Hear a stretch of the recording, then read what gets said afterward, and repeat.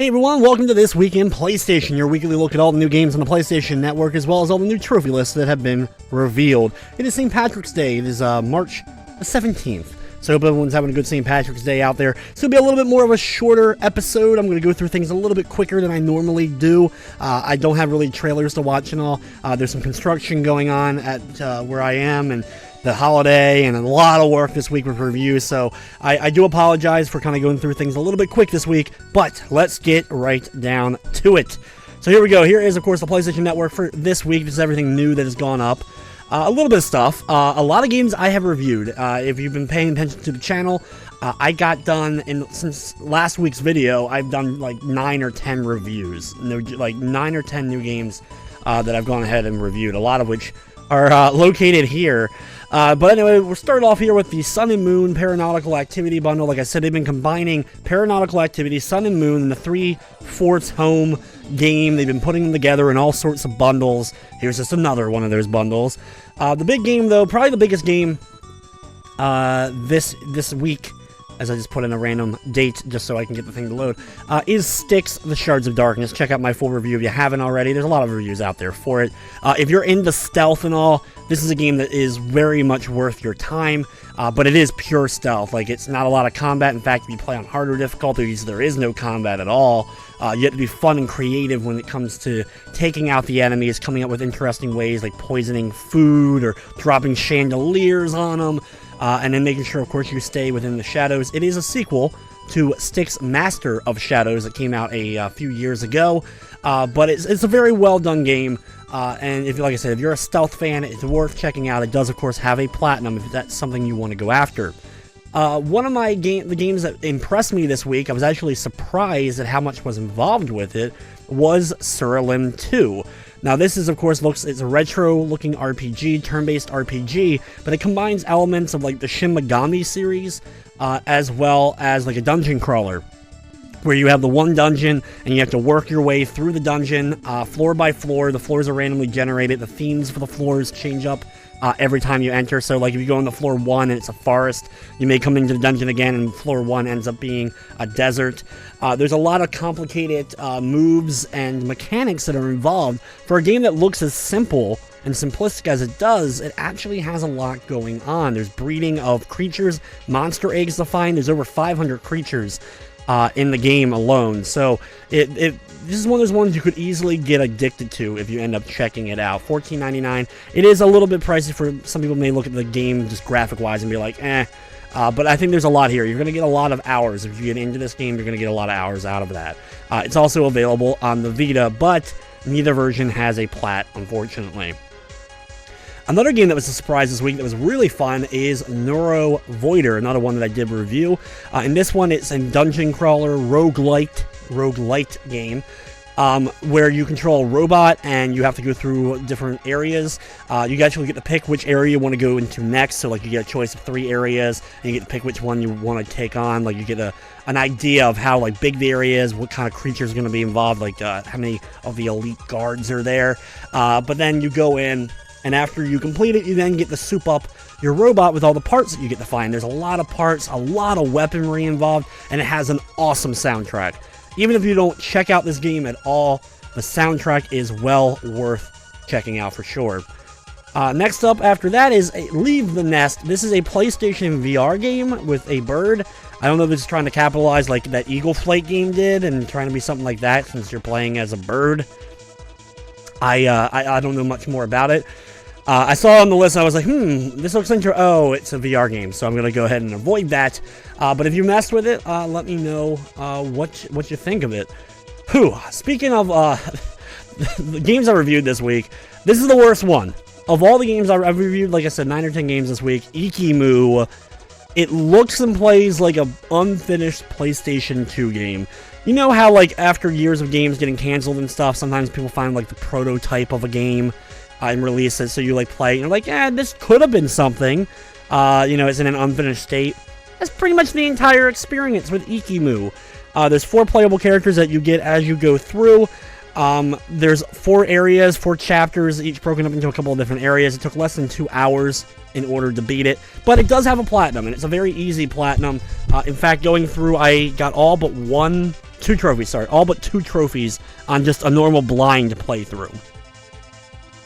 Another game I reviewed this week, which came out a couple weeks ago on PS4, but I actually got around to finally playing it this week, another easy trophy list game, and that is Dying Reborn. This is a first-person perspective, like, puzzle horror game, has some, like, elements of, like, the Saw series. They give away a lot of the later areas in these pictures. Spoiler. But anyway, it's kind of a cool concept. It falls flat. The voice acting is really bad. The game chugs at points, like the frame rate drops, and it's not really a super graphically intensive experience. I don't know how it runs on the Vita. Also, the Vita version and the VR version is only $14.99, whereas the PlayStation 4 normal version is $19.99. That version has the plat. The Vita version and the VR version does not have the platinum. I don't know why that's the case or why that happened, but that's what they decided to do. Next up is Death Squared. This is a multiplayer-focused puzzle game where you can play one or either 2 players or 4 players. You can play it all by yourself if you want, but basically, and I was looking for a screenshot of just 2-player mode. It's kind of like one. But basically, one person will control one robot, the other person controls the other, or if you're playing by yourself, you use the left joystick for one and the right joystick for the other. Then when it comes to 4-player mode that adds the yellow and green robots, you can either play with 4 players, or you can still play with 2, where they use the left and rights for each of them, or if you're playing by yourself, you have to hold down the L2 or R2 button, and then move the stick to use one robot. So like L2, holding that down and the left stick will control one robot, letting go of L2 and the left stick controls a different robot, which takes a lot to get used to. It does have a platinum though, and it's a very doable one, especially once like a video guide comes out that can easily guide you through each of the game's puzzles and levels.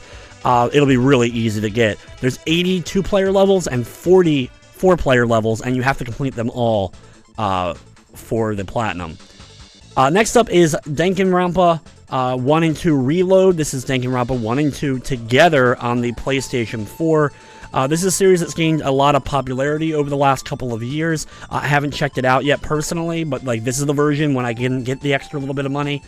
This is the version I am getting for sure, so I can finally check out these 2 games, and it's really cool that they're now on PS4, and it's not an awful price at $39.99. Next up is Blue Collar Astronaut, which got released on Vita, PS4, and PS3. We don't see a lot of PS3 releases anymore at all. Even for the indie titles. But basically, and this is another one I did a review for, it's kind of like you're controlling a car in space. Because of the gravity and all, you don't have any brakes. So you have to use your momentum to try to help guide you through. It takes a lot. It takes a lot to get used to the physics of everything.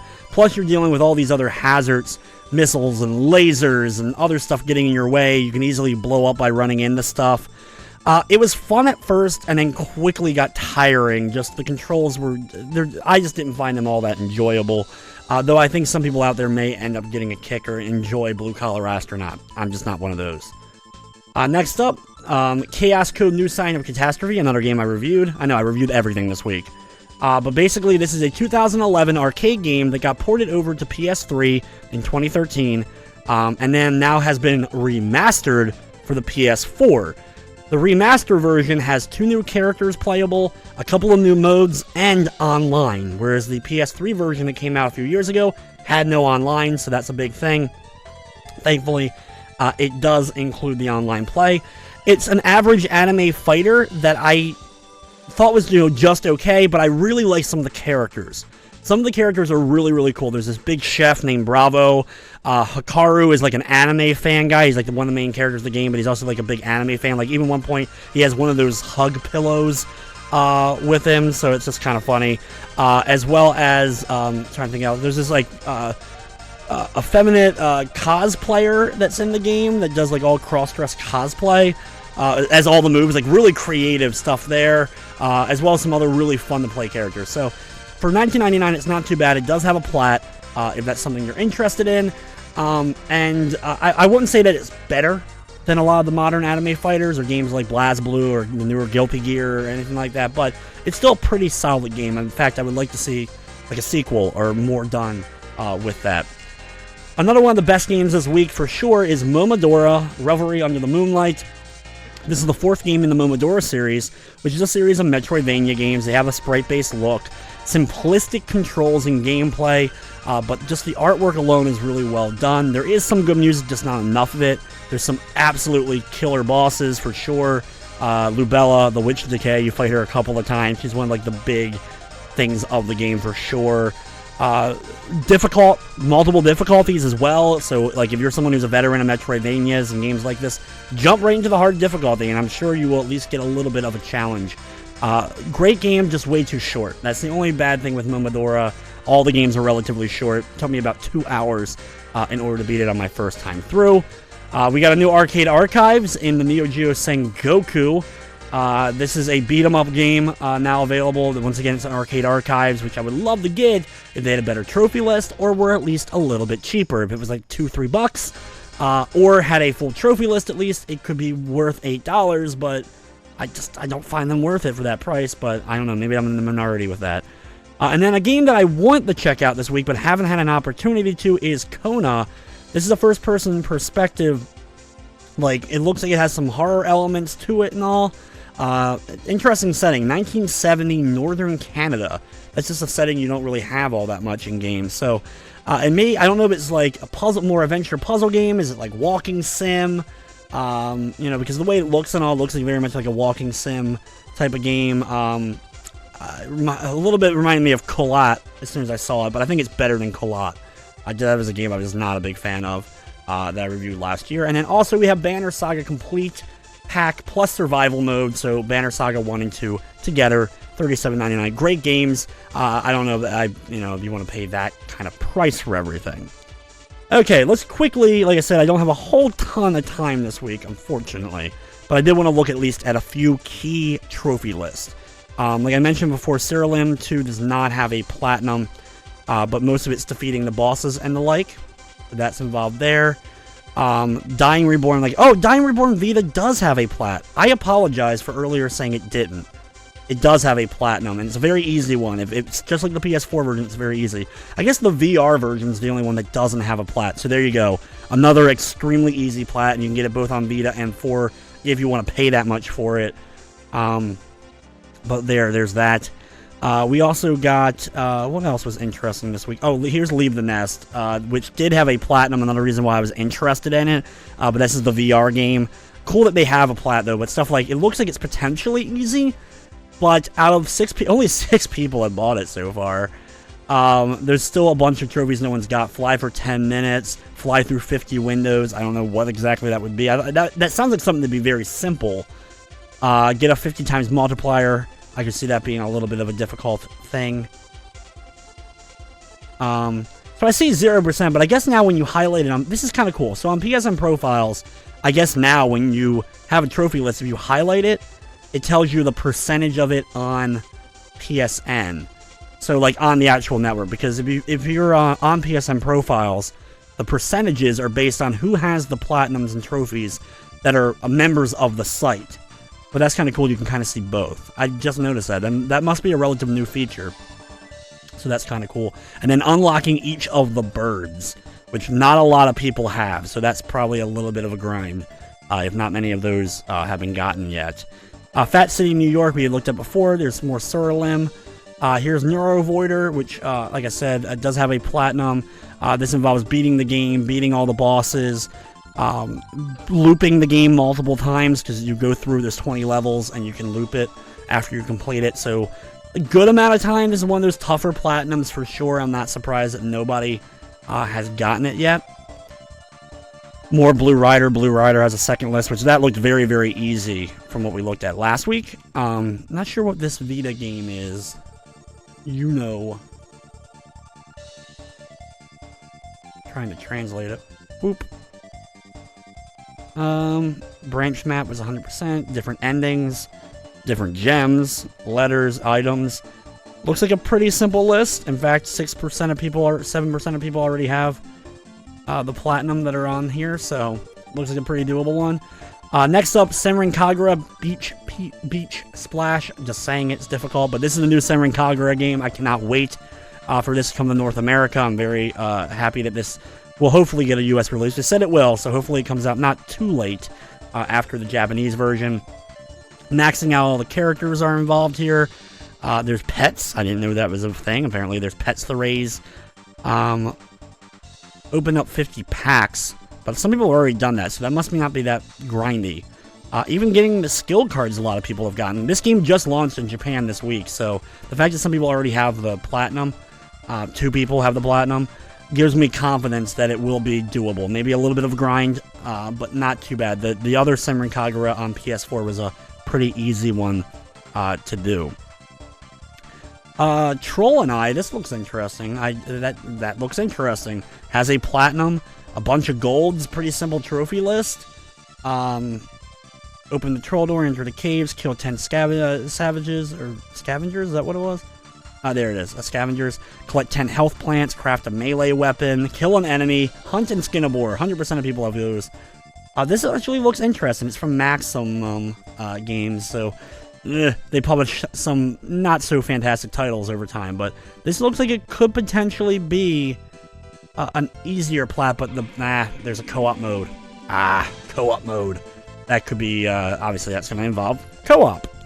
Flatout 4, I'm glad that they made a new Flatout. I know this is out. If anyone's messed with this one yet, I know it's out in Europe, UK. I don't think it's not out here in North America yet. If you messed with it, though, let me know. Flatout games, the old ones on Xbox were really, really cool. A lot of really awesome mini games involved as well. There is online trophies here, unfortunately. Is there anything for doing is there multiplayer modes involved? There doesn't seem to be any trophies for the multiplayer stuff, really, other than online. Like, other stuff, like the mini games and stuff. So, I don't know, maybe they're not included, which would be a big negative if they don't have them. Destroy 20 opponents online. Next up is, this is another list for Giggy, Yabba, Runner. This has been around for a bit on Vita, or, like, in other, I want to say, like, I've seen this game before, for sure. Pretty easy, simple trophy list, easy 100%. Some people already have it. It's a very easy list there.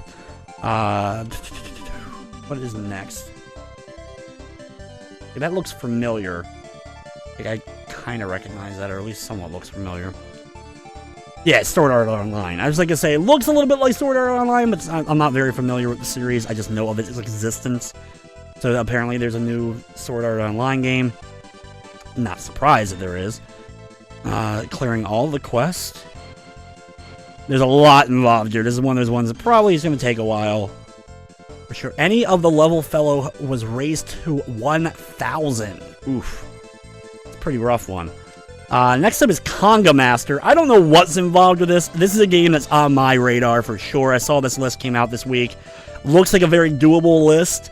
I know there are some trophies like unlock all the characters, unlock the Dan, I guess one of the special characters, unlock all the other characters involved. So there's definitely some grind that you have to do in order to get them all. But it looks like a weird game. This is one that's on my list for sure of a game that I want to check out. Congo Master, it's awesome that it has a platinum, so that's up there. A game called Everything, which has a decent amount of trophies gotten back, really, but everything starts to know itself. And everything renews itself, so those trophies aren't gotten yet, but everything else is gotten pretty commonly. There's only 3 people that own it so far. The game's not out, so we'll have to wait. But this could potentially be an easy platinum. This is another one to keep on the radar. And being on Vita, that means it's like when I see some games, I'm like, is this a VR game? But being on Vita, that means it's not a VR title. So yeah, this is one to keep in mind as far as potentially easy platinums down the road. Also, this upcoming week, hopefully, as long as I can get other reviews, all my reviews done for the week, I do have another top 10 easy platinums list. I have the list complete. I just haven't had time to film the episode and edit the episode together. But I do have a 10, so that will be coming hopefully this week. As soon as I can get done my reviews for next week. I don't know how busy I'm going to be. I never know sometimes. But yeah, Clover Island doesn't even have a pick here yet. That's worrying. Ground pound dive for 3 seconds. Slap the Elder. Pick up a jetpack gadget. Pick up a time orb. Get to the top of Clover... Oh, no, no plat. I was like, gonna say, what? Is that a platinum name? Okay, no, it's a Clover Island, no platinum. Okay, that looked like an easy 100% then. Definitely looked like an easy 100%. Here's Kona, which we just talked about earlier. Does have a platinum. Survival is what its genre is, so it must mean it's more of trying to actually live and stuff. Sorry, A. In typical Canadian fashion, Carl left $10 for the cutoff chain. Find all the documents, the talismans, shoot the Wendigo with the rifle. Ah, Wendigo involved, which makes sense for where it's located. Complete the game without firing any firearms. Take a picture, need it for investigation. Take all pictures. Need it for investigation. Low percentage, though. Not a lot of people have played it yet, though, so we have to wait a little bit. Vikings Wolves of Midgard. This game's coming out soon. This is from Calypso. Yeah, Calypso's publishing it. Defeat different characters. Complete the Imp Hunt. Complete the game as a warrior. Complete the game as a shield master, so multiple playthroughs are needed. Beat the game on the highest difficulty is involved. All hunt maps complete. Complete campaign 1, 2, and 3. So accomplish campaign in Valhalla mode on highest difficulty. So that's probably a relatively difficult list altogether. We also have Yooka-Laylee is out finally for the trophy list. This game comes out at the beginning of April. Looks like a pretty typical 3D platformer type of trophy list that you would come to expect. I know some people are going to immediately going after this. Collect 1,010 quills. So that's probably going to be like the notes, the music notes in the old... Because this game is made by the same people that made Banjo-Kazooie, the old ones. So very much has that look and feel to everything, which is going to be a great game, but a lot of collecting, of course. So you have 200 quills, 500 quills, and collecting every quill, defeating all the bosses in the game, find all the pirate items, so collecting everything, of course. And then, interestingly enough, APB Reloaded, which I used to play on PC, an MMO game, is coming over to PS4, or at least another version of it's coming to PS4. I don't know if this is like a foreign list or something, because it has a release date of 2015, but I never messed with it on PS4, so I don't know. Maybe they released the list years ago and it just never ended up coming out or something. I don't know. No plat, though, involved. It's kind of a fun game, but it was really... Like, when I played it, there was very cheap ways to kind of kill people and do certain things, but just ended up making it not nearly as fun or enjoyable for me, at least. But anyway, guys, that's everything for PlayStation Network this week. All the new trophy lists and all that stuff. Let me know what you guys think of it. I'm sorry for not putting... I like to usually watch trailers and stuff, and that will be back next week, hopefully. Like I said, just a lot going on, so I just want to make sure at least I got this video out, because I do enjoy doing it. I know there's some people out there that really like watching it. Like I said, lots of reviews this week that I just did, so if you haven't yet, check back on the channel, look at all the awesome reviews. Like I said, a lot of stuff's been going on, a lot of games I've been doing. So anyway, guys, thank you so much, though, for watching this video, and I hope you enjoyed. See you next week.